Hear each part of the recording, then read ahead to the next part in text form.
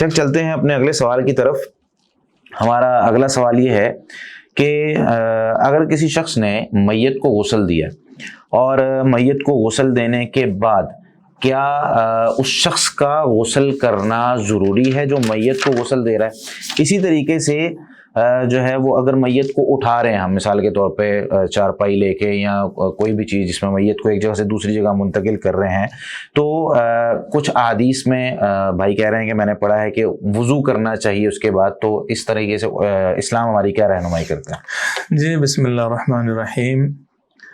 رسول اللہ صلی اللہ علیہ وسلم کی احادیث کی روشنی میں دیکھیں تو جو انسان میت کو غسل دیتا ہے بہتر اور افضل یہ ہے، یہ مستحب ہے کہ اس کو غسل دینے کے بعد خود غسل کر لے. نہلانے کے بعد میت کو غسل کرنا واجب یا فرض نہیں ہے.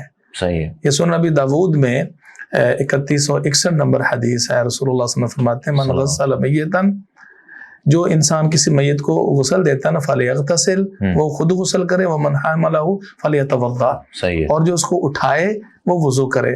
اٹھانے کا مقصد یہ چارپائی کا اٹھانا نہیں ہے، علماء کرام نے مختلف معنی بیان کیے. مقصد یہ ہے کہ غسل دینے کے بعد جب اس کو کفن پہناتے ہیں اور پھر اس کو چارپائی پہ لٹاتے رکھتے ہیں وہ اٹھانا مقصود ہے.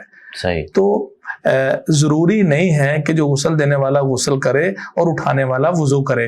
اس کی وجہ کیا ہے کہ مستدرک حاکم میں سیدنا ابن عباس رضی اللہ تعالیٰ عنہ کا قول ملتا ہے اور وہ حکماً مرفوع ہے. جس کا مطلب یہ ہے کہ میت کو غسل دینے کی وجہ سے تم پر غسل فرض یا واجب نہیں ہو جاتا، تمہاری میت نجس اور ناپاک نہیں ہوتی. اور عبداللہ بن عمر رضی اللہ تعالیٰ عنہ بھی کہتے ہیں کہ ہم میتوں کو غسل دیتے تھے فمنا من یغتسل ومنا من لا یغتسل.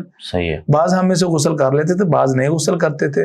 تو شیخ البانی رحمہ اللہ نے احکام الجنائز کے اندر مسئلہ نمبر 31 ہے، ان دونوں صحابہ کے موقوف آثار کو مرفوعاً انہوں نے صحیح قرار دیا ہے، یعنی حکماً یہ مرفوع ہے.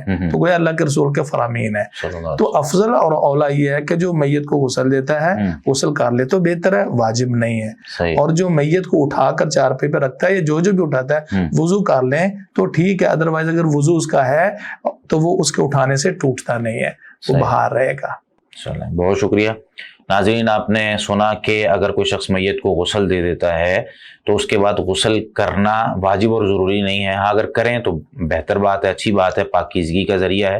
اور میت کو اٹھا کر یہ بغیر اوٹ کے، یعنی کفن کے ساتھ اٹھانا مقصد نہیں ہے یا اس کی چارپائی کو اٹھانا مقصد نہیں ہے، بلکہ بغیر اوٹ کے اگر یعنی بغیر کپڑے کے اگر میت کو ہاتھ لگتا ہے تو اس وقت وضو کرنا بھی ایک اچھی بات ہے.